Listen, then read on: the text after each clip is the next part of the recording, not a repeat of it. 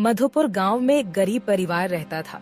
परिवार में राहुल, उसकी पत्नी नंदिनी और उनका एक बेटा अमन रहता था। अजी देखो, एक दिन हमारा बेटा एक बड़ा ऑफिसर बनेगा। हाँ, हमारा बेटा है ही इतना होशियार। वह एक दिन मेरा सपना पूरा करेगा।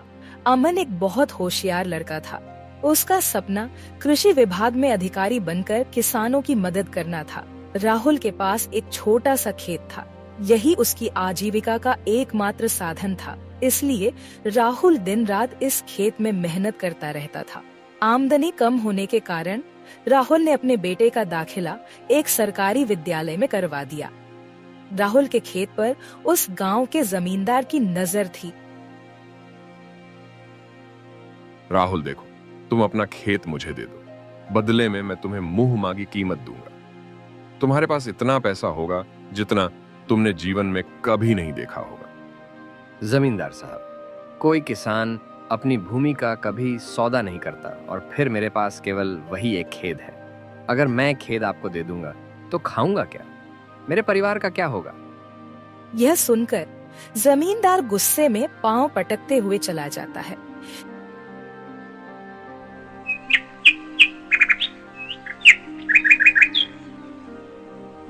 वैसे पहले भी कई बार जमींदार खेत के लिए राहुल से कह चुका था, लेकिन इस बार जमींदार के सम्मान को ठेस लगी।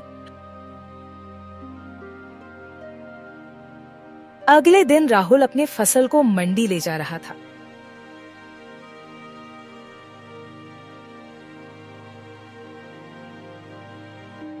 ये दुर्घटना कोई हादसा नहीं था, बल्कि जमींदार के द्वारा किया गया काम था। खैर, मौके पर कुछ लोग पहुंच गए।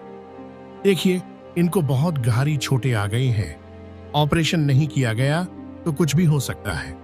इसलिए आप जल्द 50-60 हजार रुपए की व्यवस्था कीजिए, नहीं तो फिर मेरी कोई जिम्मेदारी नहीं। यह सुनकर माँ बेटे सदमे में आ गए और घर जाकर पैसों की व्यवस्था करने लगे। जब कोई उपाय नहीं समझ में आया तो वह जमींदार के पास गए। जमींदार साहब, मेरे पिताजी बहुत गंभीर है। मुझे 50,000 की जरूरत है, कृपया करके मुझे पैसे दे दो।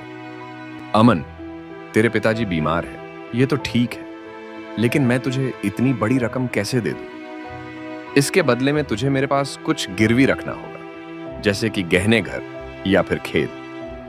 नंदिनी को जमींदार की नीयत सही नहीं लग रही थी, लेकिन उसे पैसों की सख्त जरूरत थी, तो वह चुप रही। जमींदार साहब, मेरे पास गहने तो नहीं है, लेकिन अपने खेत को आपके पास गिरवी रखता हूं, क्योंकि अगर पिताजी को कुछ हो गया तो मैं खेत का क्या करूंगा? जमींदार अपने मंसूबे में सफल हो गया। राहुल और उसका परिवार जमींदार के चंगुल में फंस गए। कुछ समय बाद राहुल की हालत में सुधार आ गया और वह अपने घर आ गया।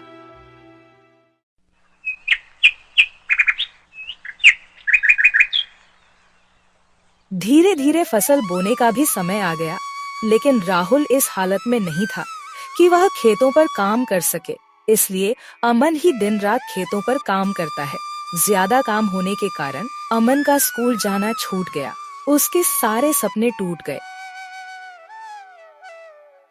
माँ, अब कुछ ही दिनों में हमारी फसल तैयार हो जाएगी। हम उसको बेंच देंगे और जमींदार का आधा कर्ज भी दे देंगे। जब फसल कटने वाली थी, तब अचानक बरसात होने लगी और खेतों में तो इंद्रदेव का कहर बरस रहा था। सारी फसल डूब गई।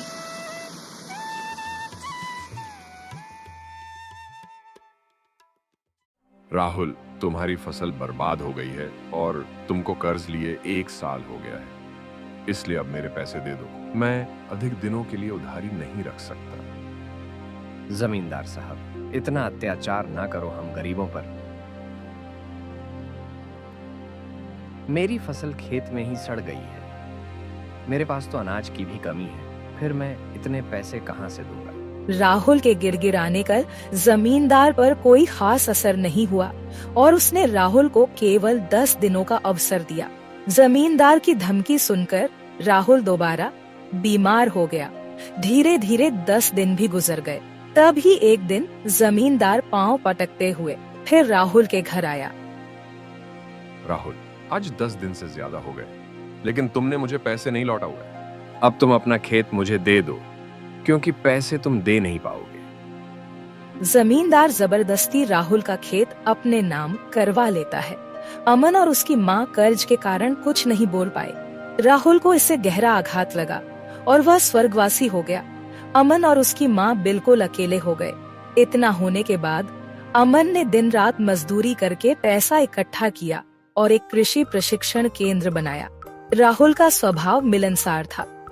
वह किसानों को अच्छे बीज, खाद और दवाइयाँ उपलब्ध करने लगा। धीरे धीरे लोग उस पर विश्वास करने लगे। लोगों की एक बहुत बड़ी भीड़ उससे जुड़ गई। वह गांव-गांव जाकर लोगों को सचेत करता। भाइयों, आप लोग अपनी फसल केवल मंडी में बेचो, क्योंकि वहां उसका सही मूल्य मिलता है, और कर्ज केवल बैंकों से लो, क्योंकि बैंक कम ब्याज पे लोन देता है और धोखा भी नहीं होता। धीरे धीरे लोग जागरूक हो गए और जमींदार के पास जाना छोड़ दिया, जिससे जमींदार बिल्कुल बेकार हो गए। अमन का कृषि केंद्र भी अच्छा खासा चलने लगा। उसकी आर्थिक स्थिति सुधर गई और लोगों की सेवा करने का सपना भी पूरा हो गया। इसके साथ ही जमींदारों को उनकी तुष्टता का फल भी मिल गया।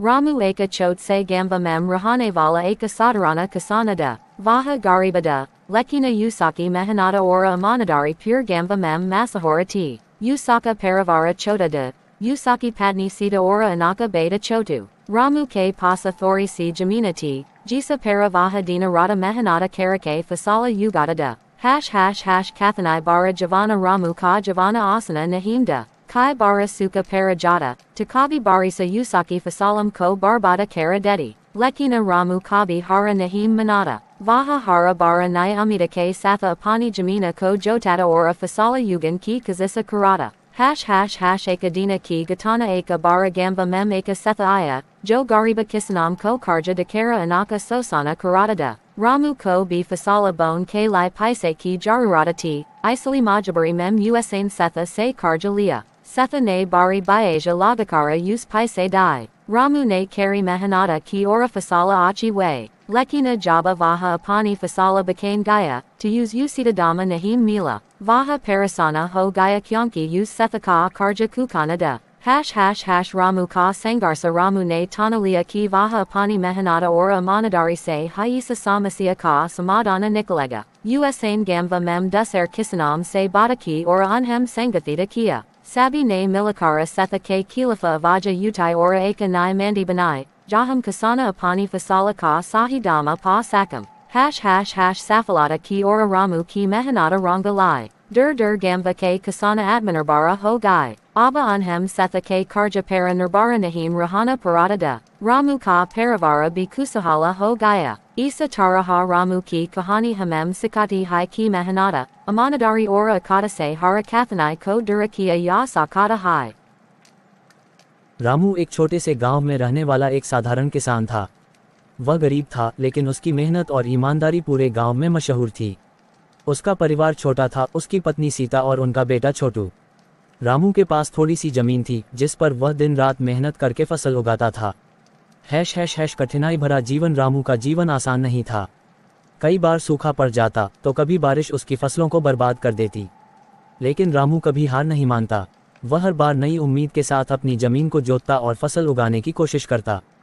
एक दिन की घटना। एक बार गांव में एक सेठ आया जो गरीब किसानों को कर्ज देकर उनका शोषण करता था। रामू को भी फसल बोने के लिए पैसे की जरूरत थी, इसलिए मजबूरी में उसने सेठ से कर्ज लिया। सेठ ने भारी ब्याज लगाकर उसे पैसे दिए। रामू ने कड़ी मेहनत की और फसल अच्छी हुई, लेकिन जब वह अपनी फसल बेचने गया तो उसे उचित दाम नहीं मिला। वह परेशान हो गया क्योंकि उसे सेठ का कर्ज चुकाना था। रामू का संघर्ष। रामू ने ठान लिया कि वह अपनी मेहनत और ईमानदारी से ही इस समस्या का समाधान निकालेगा। उसने गांव में दूसरे किसानों से बात की और उन्हें संगठित किया। सभी ने मिलकर सेठ के खिलाफ आवाज उठाई और एक नई मंडी बनाई जहां किसान अपनी फसल का सही दाम पा सकें। सफलता की ओर रामू की मेहनत रंग लाए। धीरे धीरे गांव के किसान आत्मनिर्भर हो गए। अब उन्हें सेठ के कर्ज पर निर्भर नहीं रहना पड़ता था। रामू का परिवार भी खुशहाल हो गया। इस तरह रामू की कहानी हमें सिखाती है कि मेहनत, ईमानदारी और एकता से हर कठिनाई को दूर किया जा